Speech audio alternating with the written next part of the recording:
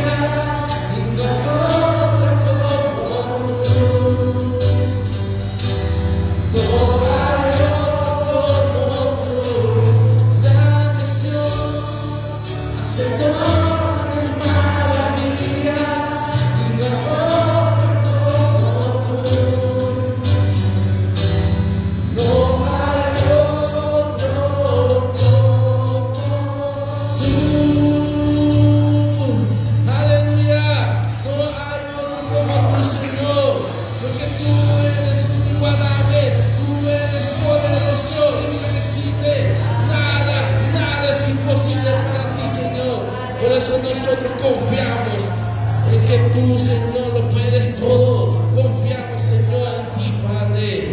No hay a quien, Señor, a quien más bendice, no solo a ti, Padre, porque podemos, Señor, creer que tú eres el grande. Creemos, Señor, que tú eres el Rey. Creemos, Señor, que tú eres aquel que venció la muerte, aquel que ha vencido, aquel que reina por los siglos de los siglos. Por eso nosotros cantamos a ti, Señor.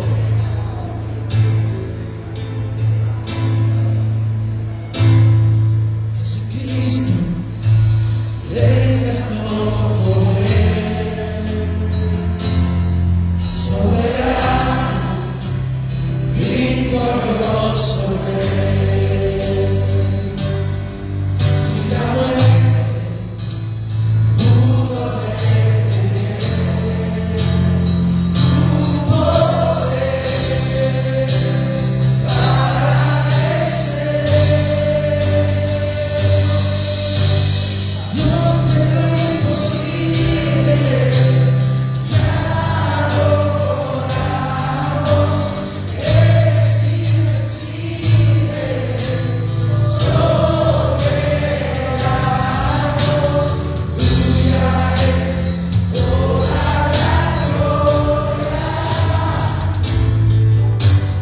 tuyo es todo el honor. Jesucristo, reinas con poder, soberano, victorioso Rey.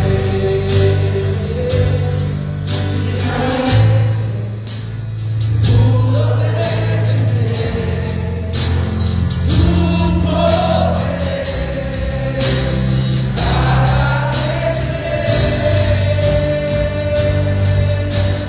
Dios de lo imposible, ya lo logramos. Eres invencible, soberano. Tuya es toda la gloria, tuyo es todo el honor.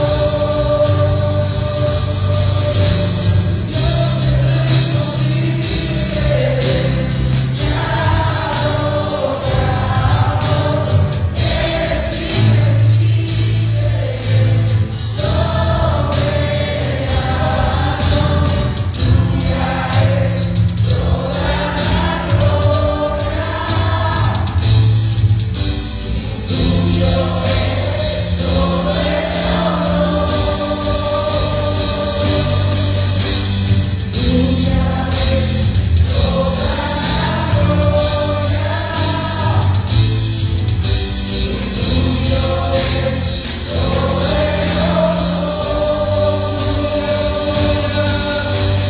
Tuya es la gloria, tuya es la gloria, tuya, Señor, tuya es todo el honor.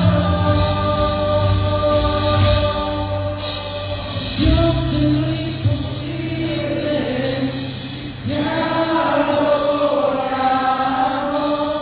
Eres invencible, soberano. Tuya es toda la gloria, y tuyo es todo el honor. Tuya es toda la gloria, tuyo es todo el honor. Tuya es toda la gloria, tuyo es todo el honor.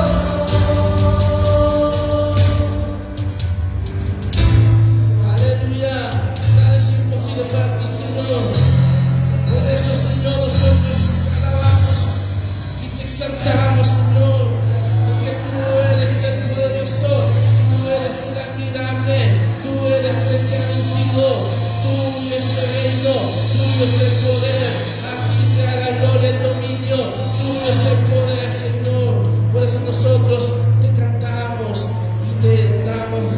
nuestra alabanza a ti, Señor. Y cada día, Señor, queremos conocer más de ti, saber, Señor, más de ti, conocer, Señor, más y poder adorarte, Señor.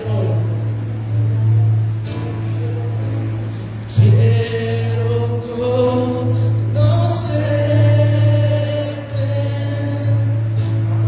cada día más a ti, estar en tu presencia, adorar.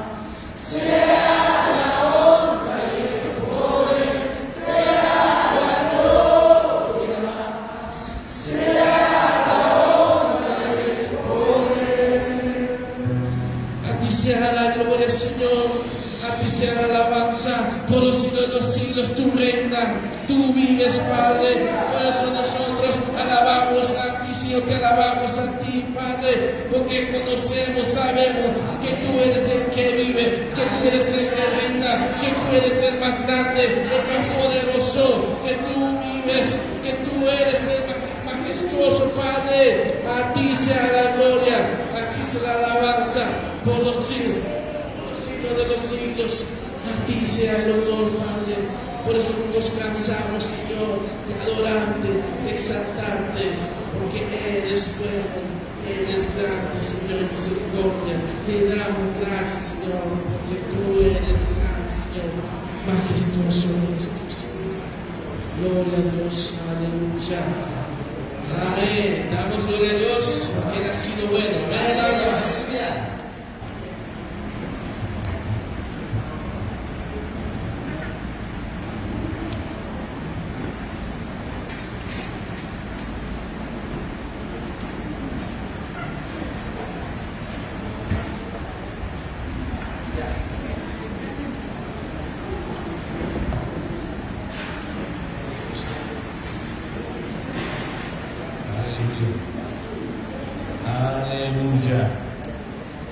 A Dios sea la gloria por siempre. Amén. Aleluya.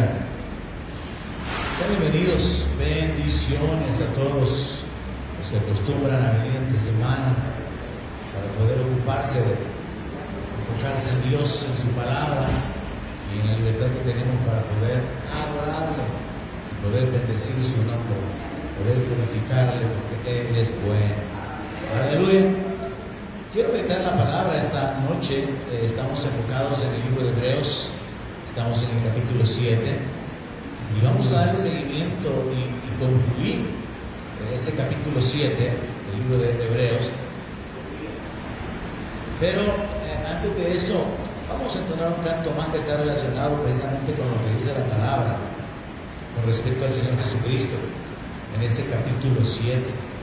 Dice que Él es más sublime que los cielos. ¿Cuánto lo creen? Amén. Así como dice la palabra, también Él es el deseado de las naciones. Amén. Y yo quisiera reenfocarle. A veces estamos con la premura del tiempo, a veces estamos así como con la presión de enmarcarnos en un programa, en un horario, y como que no logramos tener esa libertad de poder expresar nuestro corazón delante de Dios, porque podemos sentirnos presionados y actuar de alguna manera mecánica. Yo quiero pedirle que por un momento más se ponga de pie. Vamos a ir a la palabra, a meditar en ella y enfocarnos en la dignidad, en la gloria que le pertenece al Señor Jesucristo. Pero por un momento más quisiera pedirle que de una manera voluntaria y sincera, como dice la palabra, que nos acerquemos con corazones sinceros. Usted pueda venir con sus propias palabras delante de Dios y le pueda dar gracias por la vida, y le dé gracias por sus bendiciones, y le dé gracias entendiendo esto. Nosotros somos un pueblo o somos personas privilegiadas porque hemos sido alcanzados con la revelación del Evangelio, y la palabra de Dios dice que somos un gran sacerdocio, un pueblo santo adquirido con la sangre de Cristo. Y en ese sentido nosotros tenemos que reconocer nuestra identidad, la posición que nos corresponde. Independientemente de las luchas, de los problemas o las dificultades que podamos tener o estar atravesando, Dios ha hecho algo glorioso en nuestra vida, de lo cual no estamos conscientes, sino hasta que estemos en su presencia. Y nos demos cuenta que valió la pena seguir a Cristo, valió la pena tomar ese yugo, que es mucho más fácil que el yugo del pecado, que valió la pena seguirle a Él, servirle a Él y vivir de acuerdo a su palabra. Así que con esa conciencia, hermanos, de que Dios nos ha atraído, Dios nos ha alcanzado con cuerdas de amor, dice la palabra, yo quisiera pedirle que antes de que entonemos este canto, bendiga al Señor y reconozca que su gracia se ha manifestado sobre su vida. Dele gracias por sus favores, por sus beneficios. Adore un momento más, adore un momento. Bendiga su nombre, Padre. Gracias, Señor. Gracias que tenemos la libertad de ponernos en pie delante de ti. Gracias, Señor, que tenemos la oportunidad una vez más de acercarnos para poder bendecir tu nombre y glorificar. Padre, gracias por tu beneficio, por tus bondades, que son incontables, son innumerables, Señor. Por el aliento, por las fuerzas, por el perdón de nuestro pecado, por la herencia, por la adopción, por coronarnos con tu favor, con tu misericordia, por manifestarte en nuestra vida, Señor. Gracias te damos, gracias te damos. Te damos la gloria. Te ofrecemos el fruto de nuestros labios, reconociendo tu dignidad, tu majestad, Señor. Proclamamos tu grandeza. Te adoramos, sabiendo que solo tú eres santo, que tú eres el Dios verdadero, el Dios eterno, que tus caminos son perfectos, Señor, que tú eres el Rey justo, el Rey de justicia, el Rey de paz, que tú eres nuestro Dios, nuestro Rey, nuestro Señor, nuestro libertador, que te ha manifestado en nuestra vida, sustentándonos, guardándonos, sosteniéndonos, vivificándonos, consolándonos, animándonos, sanándonos, Señor. Padre, recibe la gloria, recibe la adoración, recibe, Señor, nuestro canto. Queremos adorarte, queremos, Señor, con libertad, con esa libertad que nos has dado, bendecir tu nombre, porque tú eres fiel, porque tú eres bueno, porque tú eres digno de toda la gloria.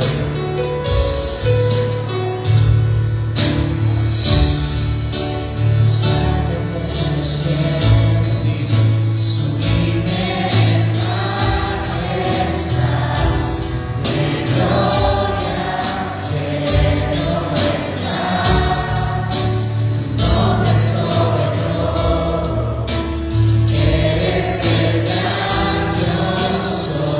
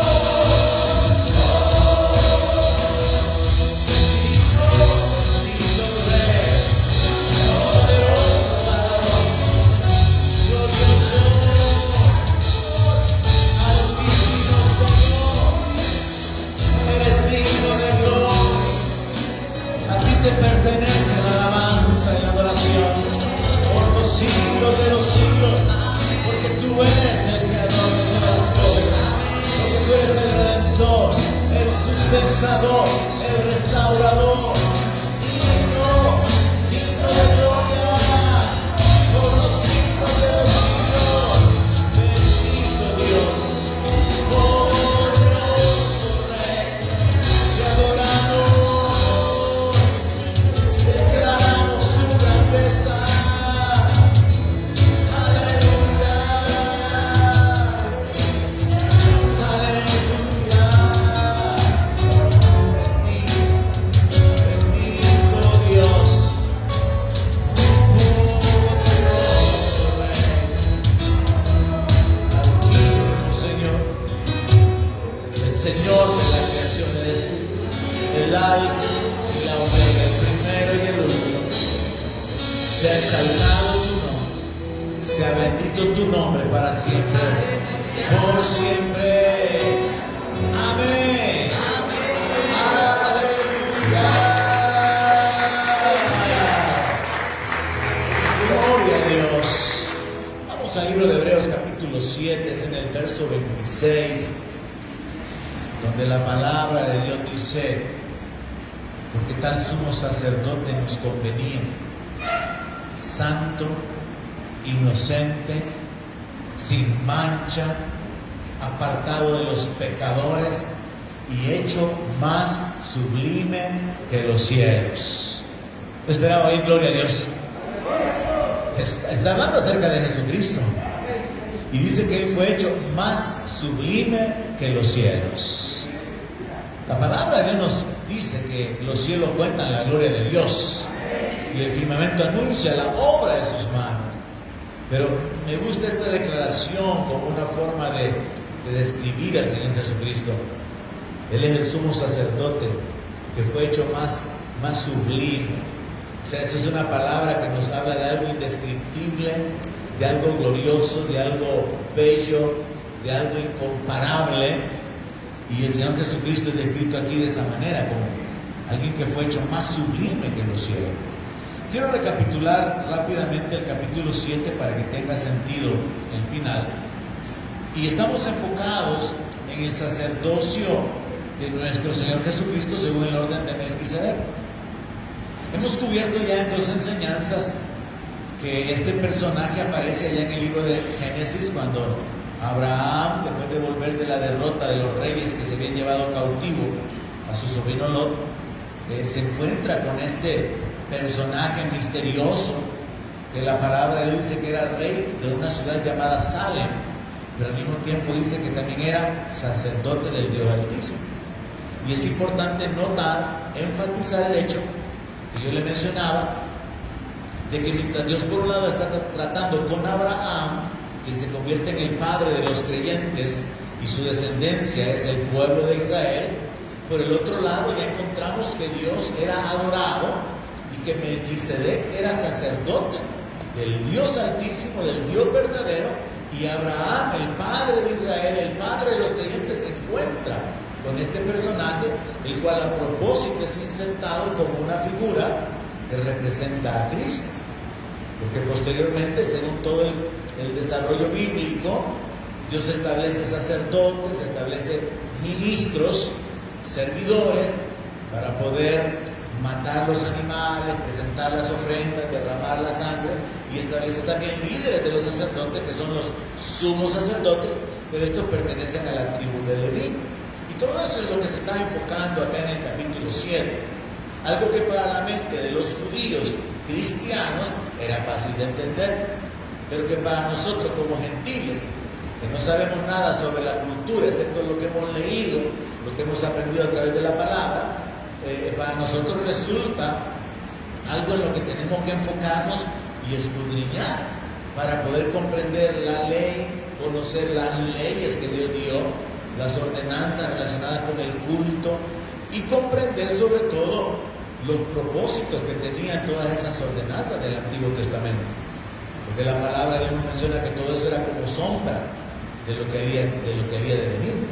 De manera que aún el sacrificar un cordero una vez al año era una sombra, una figura de Cristo, el Cordero de Dios, que quita el pecado del mundo. El lugar santísimo venía a ser como una figura o como una sombra del reino de Dios, de la presencia, del lugar donde está la presencia real de Dios en los cielos. Entonces hay una serie de figuras allí que es importante irlas entendiendo, y a través del capítulo 7 el apóstol Pablo entonces habla un poco acerca de la misión o de la tarea de los sacerdotes, y establece algunos aspectos sumamente interesantes que son los que quiero recapitular. Entre ellos, que el apóstol menciona en el verso 4 de Hebreo capítulo 7 que este personaje llamado Melquisedec era tan grande, tan digno de honra, de honor, que aún el patriarca le dio los diezmos del botín a él.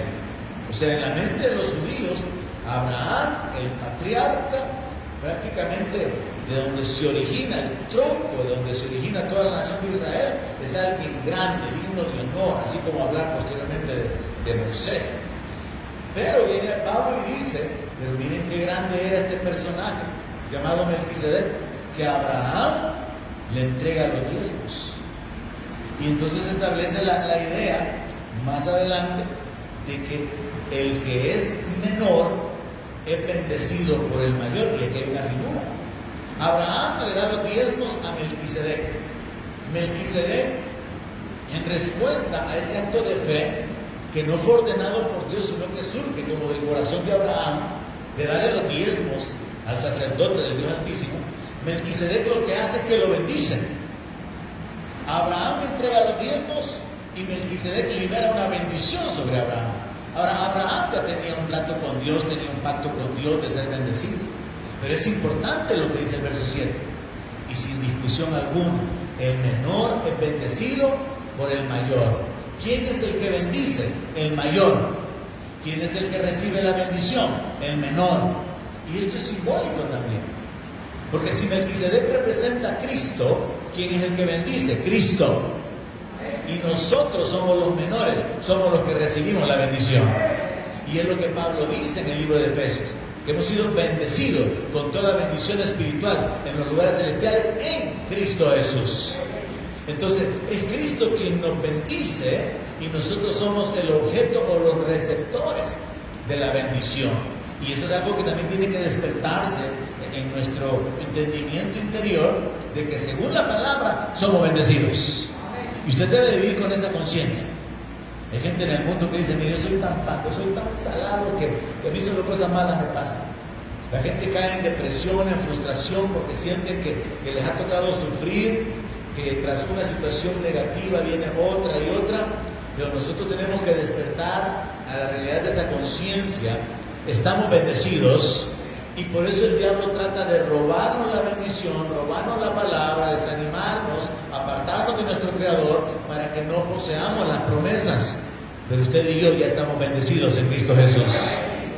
Y las circunstancias que podamos estar atravesando precisamente pueden ser ataques del enemigo o consecuencias de nuestras decisiones que nos están estorbando dentro de lo que es la voluntad de Dios para nuestra vida.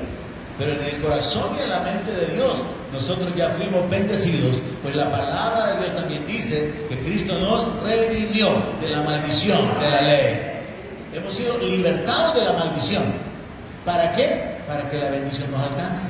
Entonces es muy importante, hermano, que usted desarrolle una conciencia de ser bendito, de que usted es bendecido, que usted está bendecido en Cristo, y esa bendición lo puede hacer levantarse en medio de la adversidad, como lo que pasó con Jacob. A Jacob, su tío, el suegro le hacía trampa, ¿verdad? En cuanto al salario, le cambió un montón de veces el sueldo.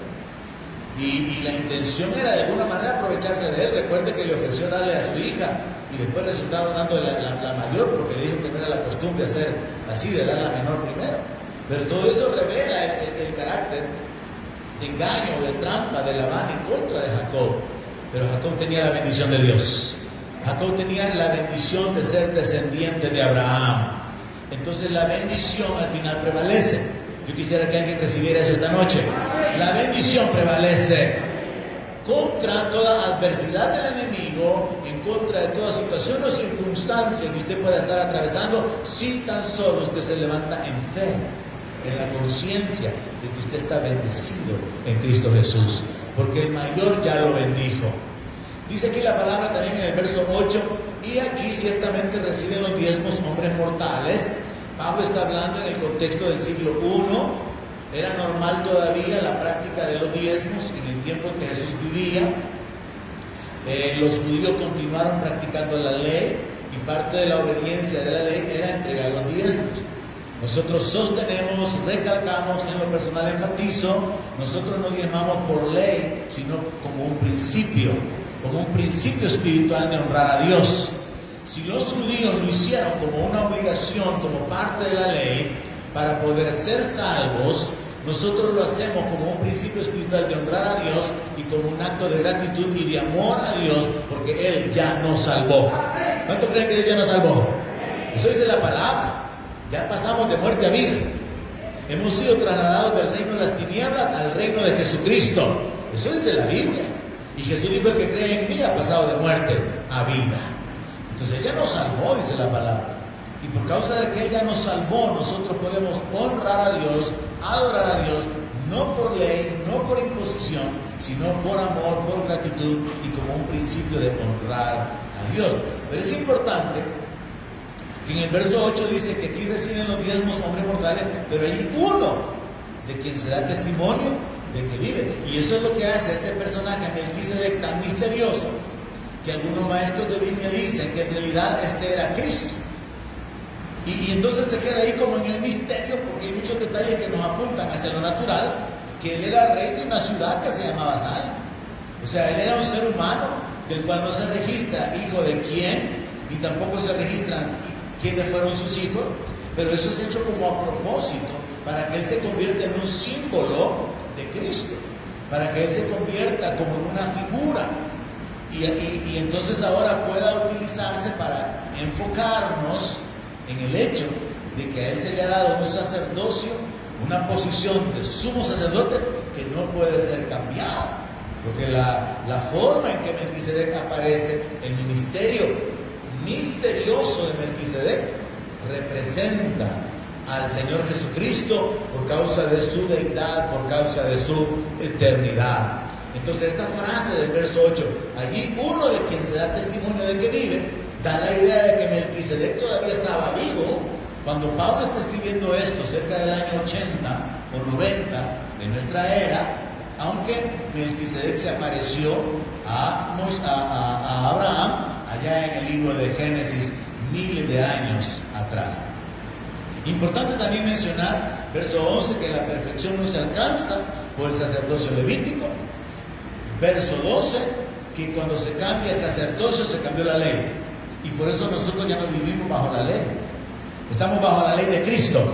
Si se cambió el sacerdocio, del sacerdocio levítico pasamos al sacerdocio que le corresponde al Señor Jesucristo, ya no vivimos según la ley dada por Dios a través de Moisés, y de la cual los levitas eran parte, sino que ahora vivimos bajo una nueva ley, la ley de Cristo. Y la ley de Cristo básicamente es el caminar en amor. La palabra de Dios nos habla acerca de que al final la ley se resume en amar a Dios y al prójimo como a nosotros mismos. Entonces aquí se habla de un cambio de ley.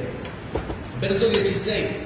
Interesante también establecer la idea de que para poder poner en alto la posición que le pertenece al Señor Jesucristo, dice que Él no fue constituido conforme a la ley del mandamiento acerca de la descendencia.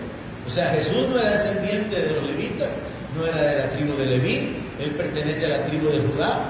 Y Él no fue hecho sacerdote porque le correspondía por ley, sino que Él fue hecho sacerdote porque Dios dijo, Dios determinó y Dios juró: tú eres sacerdote para siempre, según el orden de Melquisedec.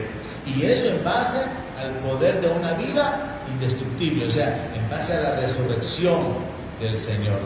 Verso 18 dice que el mandamiento queda abrogado por causa de su debilidad, por causa de su ineficacia. Verso 20 dice de que esto fue hecho como un juramento de Dios. Porque los otros sacerdotes, ciertamente sin juramento fueron hechos sacerdotes. Pero hablando del Señor Jesucristo, con el juramento del que dijo, juró el Señor y no se arrepentirá: tú eres sacerdote para siempre, según el orden de Melquisedec. Y llegamos hasta este punto, hasta el verso 22, en la sesión anterior. Por tanto, Jesús es hecho fiador de un mejor pacto. Nosotros tenemos un mejor pacto que el de los israelitas. A los israelitas se les dio un pacto que estaba conectado con la tierra, por recibir la tierra, con entrar a poseer Canaán. Nosotros tenemos un pacto que tiene que ver con la ciudadanía celestial. Nosotros tenemos un mejor pacto que no está basado en la sangre de los corderos, de los carneros, de los machos cabríos, sino en la sangre de Jesucristo. Tenemos un mejor pacto con mejores promesas, en el sentido de que el segundo pacto, sellado con la sangre de Jesucristo, nos habla acerca de la glorificación del cuerpo, de la entrada en el reino, de la entrada en la nueva Jerusalén, de posiciones de autoridad, de posiciones de gloria, de reinar juntamente con Cristo. Entonces, el pacto con la iglesia es diferente del pacto con Israel. Y el pacto con la iglesia es mejor que el pacto con Israel. Ahora vamos a avanzar entonces y a cubrir estos pocos versos que nos quedan. Verso 23. Y los otros sacerdotes llegaron a ser muchos debido a que por la muerte no podían continuar. Mas este, por cuanto permanece para siempre, tiene un sacerdocio inmutable. Esto es sumamente importante, porque usted ve en la práctica, en la realidad de Israel, ellos tenían que tener la experiencia, por así decirlo, de que los sacerdotes tenían turnos. Los levitas se programaban en meses para poder servir, y de igual manera los sumos sacerdotes tenían su turno para poder ministrar, para poder servir. Pero cuando encontramos el fundamento de la divinidad del Señor Jesucristo, la eternidad del Señor Jesucristo y por lo tanto su dignidad, encontramos que tiene sentido, porque es que Él tiene un sacerdocio inmutable. O sea, no se le va a ceder a nadie más. Él es el sacerdote según el orden de Melquisedec para siempre.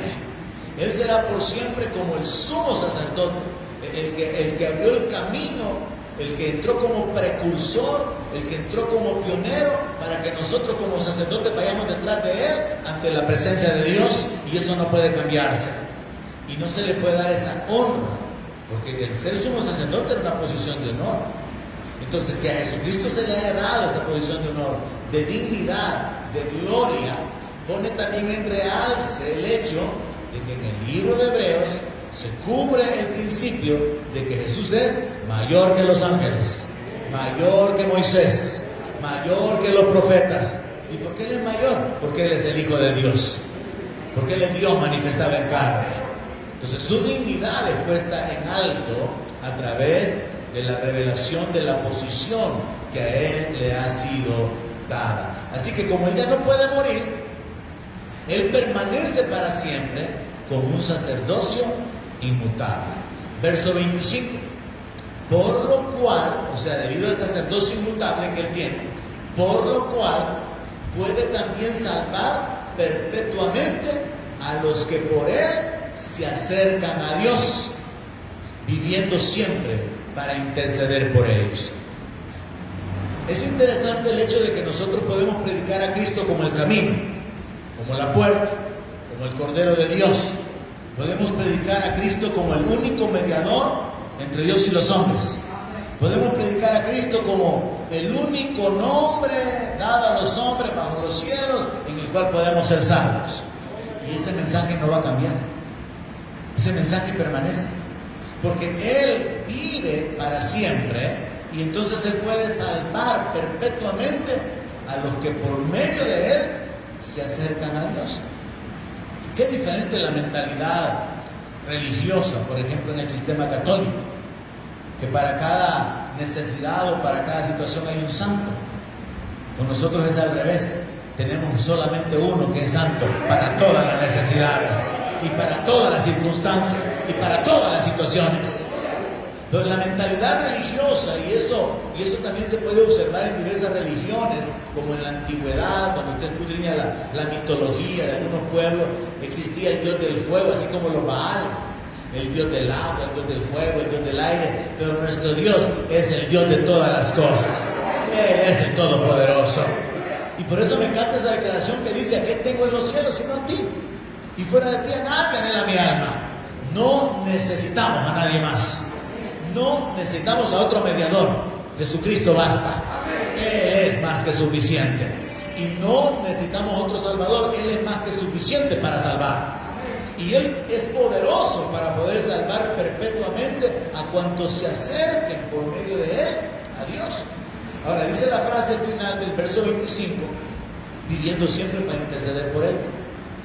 Esto de la intercesión de Cristo resulta un poco complicada, porque la idea que viene a nuestra mente como seres humanos limitados, inconscientes del plano espiritual, es como que si Jesús tiene que rogar por nosotros delante del Padre.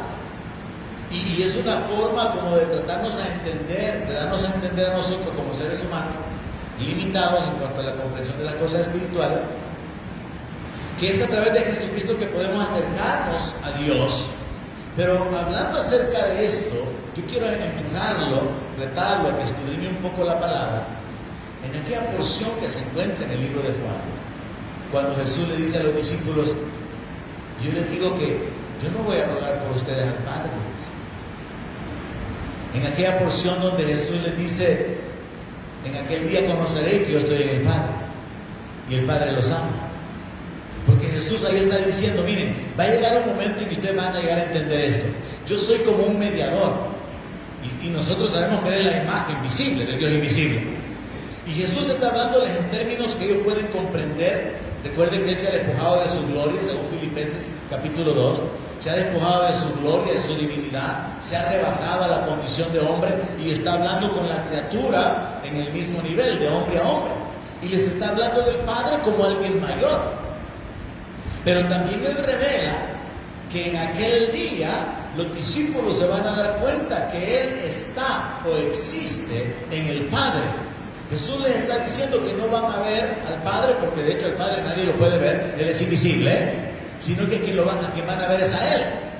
Y lo confirma cuando le dice a Felipe: el que me ha visto a mí, ha visto al Padre. Entonces esto no deja de ser un poco conflictivo, esto de la intercesión de Cristo, porque en la mente humana resulta así como cuando en lo natural la gente llama a la radio y pide oración. Y entonces el locutor se convierte como en un intercesor. Y el locutor comienza a mencionar los nombres de las personas. Y el locutor menciona la necesidad, el problema del hermano, de la hermana. Y está de alguna manera intercediendo delante de Dios. Y en nuestra mente natural simple se forma esta idea de que Jesucristo está intercediendo por nosotros delante del Padre, pero eso choca con la revelación de Jesús, que Él mismo dijo que Él no iba a rogar por nosotros porque el Padre nos ama, porque el Padre nos conoce y porque Él está en el Padre. Entonces esto resulta un poco conflictivo, pero podemos llegar a entender de que en realidad cuando nosotros nos acercamos al Padre, en el nombre de Jesús, tenemos un acceso directo. Y tenemos derechos legales, porque Él ganó para nosotros la victoria. Nosotros no necesitamos vencer al enemigo, ya está vencido. Nosotros no necesitamos conquistar nada, Jesús ya conquistó por nosotros. Nosotros no necesitamos hacernos dignos de merecer las promesas. Todas las promesas son sí y amén en Cristo Jesús. Entonces el asunto es accesar por medio de Él.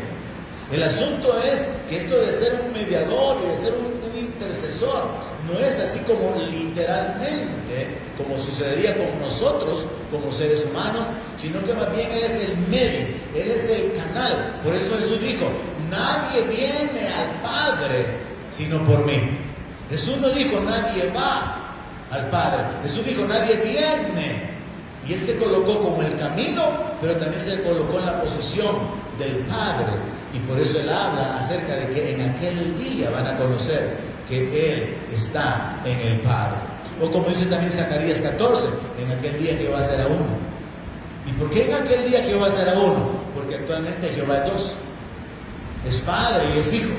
Y eso es parte del misterio de la piedad. Dios se manifestó en la carne sin dejar de ser Dios en los cielos. Y eso es algo que demanda mucha lectura de la palabra, mucha comprensión de lo que es el misterio de la piedad o el misterio de Dios el Padre y de Cristo.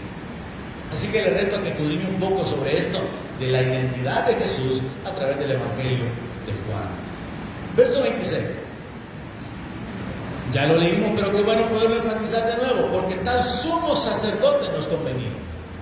Santo, no un sacerdote débil, inclinado al pecado, inocente, sin mancha, es un sacerdote perfecto, que no pecó en nada, a diferencia de todos los demás seres humanos, apartado de los pecadores.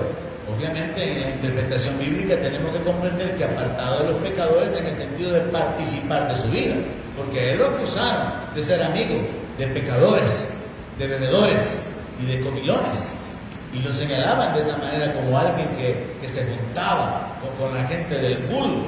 Pero aquí cuando dice que fue apartado de los pecadores, significa alguien separado, alguien distinto, alguien que caminaba en santidad. Y entonces viene esa frase, hecho más sublime que los cielos, para que él pueda ser considerado el deseado de las naciones. Hay dos textos en la Biblia que se contradicen relacionados con la persona de Jesús, porque en ese texto dice que él es el deseado de las naciones, pero en otro texto dice, le veremos más inatractivo para que le deseen. Entonces, ¿cuál es la verdadera identidad o apariencia del Señor? ¿Una apariencia atractiva o una apariencia normal, natural? Y la respuesta sería que ambas cosas en diferentes tiempos. Él ha sido hecho más sublime que los cielos, ahora que él ha sido glorificado. Pero en su condición humana o natural, no era alguien así como que llamaba la atención, que sobresalía como Saúl, que de hombros arriba era más grande, como Absalón, que tenía el cabello largo y era de buen porte. Ni siquiera se le describe como a David, cuando se habla acerca de que era rubio y que tenía que era de buen parecer y que sabía tocar el arpa. No, Jesús no sobresale por una descripción física mientras Él está en la carne. Pero ahora que dice la palabra, Él es más sublime que los cielos. Y qué bendición, hermano, poder adorar al Señor con este entendimiento, con este último canto. Él es más grande que los cielos. Su gloria es más grande que los cielos. Él ha puesto su gloria en los cielos. Y Él es mayor que la creación. Su gloria es mayor que la creación. Y dice el verso 27, que este sumo sacerdote, santo, inocente, sin mancha, no tiene necesidad cada día, como aquellos sumos sacerdotes, de ofrecer primero sacrificio por sus propios pecados. Nunca hubo un sacerdote que caminara en la perfección, en la santidad y en el temor de Dios, que no necesitara que los sacrificios que él presentaba pudieran cubrir sus propios pecados. Todos los sacerdotes, todos los sumos sacerdotes tenían que incluirse dentro de la expiación, pero Jesucristo no, porque Él es el Cordero sin mancha, porque Él es el sumo sacerdote santo, inocente y sin mancha, porque Él es ese sumo sacerdote perfecto, y en esa perfección que Él poseía, Él podía realizar o efectuar la expiación de los pecados del pueblo, pero Él quedaba exento de su ministración. A diferencia, hermano, de lo que podría suceder con todos los sacerdotes de la ley, todos los sacerdotes levitas, a diferencia de todo lo que puede suceder en nuestro ambiente como seres humanos, ya en la dispensación de la iglesia, como ministros de la palabra, de alabanza o de cualquier ministerio, todos necesitamos ser perdonados. Todos necesitamos, hasta el más grande ministro, hasta el predicador que se puede considerar más ungido, más sabio, de mayor impacto en el mundo, ha necesitado que sus pecados sean borrados por la sangre de Cristo. Pero Cristo no. El ministerio de Cristo no incluía sus pecados porque no había ningún pecado. Entonces este verso es sumamente importante. No tiene necesidad, como aquellos sumos sacerdotes, de ofrecer primero sacrificio por su propio pecado y luego por los del pueblo. Porque esto lo hizo una vez para siempre, ofreciéndose a sí mismo. Una sola ofrenda por nuestros pecados. Un solo sacrificio para poder alcanzar nuestra redención. Verso 28. Porque la ley constituye sumos sacerdotes a débiles hombres Pero la palabra del juramento, posterior a la ley, al Hijo, hecho perfecto para siempre. El llegar a entender esto, no solamente nos tiene que posicionar de la manera correcta como iglesia, en el sentido del beneficio que recibimos por el sacrificio de Cristo, sino que también tiene que hacernos entender la dignidad de Cristo. Cuando el sumo sacerdote mataba el cordero una vez al año, bueno, había uno que lo sacrificaban y otro lo mandaban al desierto, simbolizando las dos muertes del Señor Jesucristo. Uno derramaba su sangre, simbolizando la muerte física del Señor, y el otro era enviado al desierto, simbolizando la muerte espiritual, mientras ese cordero era enviado al desierto y moría de sed, pero sufría, mientras era abandonado o echado en el desierto. Mientras nosotros llegamos a entender que los judíos una vez al año tenían la expiación de sus pecados y tenían que volver a repetir ese sacrificio al siguiente año, y al siguiente año otra vez, y pasado un año otra vez, nosotros como iglesia tenemos que vivir con este entendimiento. Jesús se entregó a sí mismo por nosotros una sola vez y para siempre, y ya no hay necesidad de más sacrificios, ni siquiera de nuestro sacrificio. Y por eso es que no es correcto tratar de añadirle a la obra de Cristo con nuestras obras o con nuestro esfuerzo o con nuestro sufrimiento a lo que sería nuestra posición de dignidad o de aceptación para poder recibir los beneficios de Dios. En el sistema religioso nos enseña eso. Por eso a la gente se le enseña a sacrificarse. Por eso muchos evangélicos hablan de que el día de ayuno andan en sacrificio. Cuando hacen algo que les cuesta, donde hay una negación o una privación de un deleite para poder bendecir a alguien, lo colocan como un sacrificio. Cuando en realidad el sacrificio que hizo Cristo es más que suficiente para que nosotros seamos aceptos delante de Dios. Ya no hay nada que agregarle. El sistema religioso le enseñó a la gente a pensar que ellos tenían que flagelarse, lastimarse. Poco a poco esto se ha ido terminando, pero ustedes recordarán que nosotros aquí en la zona del centro estamos en un lugar donde éramos testigos de la gente caminando de rodillas de una iglesia a la otra. ¿Por qué? Porque el sistema religioso le enseñó a la gente a sacrificarse para ser dignos. Nosotros hemos llegado al entendimiento. Él se sacrificó para hacernos reyes y sacerdotes para Dios su Padre. Él se sacrificó por nosotros. Él se sacrificó para darnos vida, para libertarnos, para adoptarnos como hijos, y no podemos agregarle nada a ese sacrificio. Y cuando nos posicionamos de esa manera, realmente entendemos cómo vivir, y de eso se trata. Así que el capítulo 7, mis hermanos, nos enfoca en la dignidad de Jesús como el sacerdote máximo, como el sumo sacerdote según el orden de Melquisedec, pero también nos enfoca a nosotros como el objeto, como los receptores de su propio sacrificio, de su propia ministración y de los beneficios que están disponibles para nosotros. Y entonces cerramos el capítulo 7 con este texto, donde hay que enfatizar también el hecho de que el verso 28 contrapone a los sumos sacerdotes que eran débiles hombres, al igual que todos nosotros, en contraposición del Hijo de Dios. Aquellos eran débiles, pero el Hijo de Dios perfecto para siempre. Aquellos constituidos por medio de la ley, pero Cristo constituido por medio de un juramento hecho por Dios. Y en ese entendimiento de quién es nuestro sumo sacerdote, se incluye también el hecho de que si Él es nuestro sumo sacerdote, es porque nosotros somos sacerdotes. Y nosotros no necesitamos sacerdotes, porque nosotros hemos sido hechos sacerdotes para Dios. Y por eso la palabra, por medio del apóstol Pedro, dice que tenemos que crecer como sacerdocio santo y como casa espiritual. Así como Cristo fue la ofrenda y al mismo tiempo fue el ministro que ofreció la ofrenda, presta atención a esta última idea, nosotros también somos casa espiritual de Dios y también somos sacerdotes. Entonces nosotros somos templo y morada del Espíritu Santo, pero al mismo tiempo también somos sacerdotes. Y según la palabra, tenemos que crecer y desarrollarnos para poder presentar a Dios sacrificios espirituales agradables por medio de nuestro Señor Jesucristo.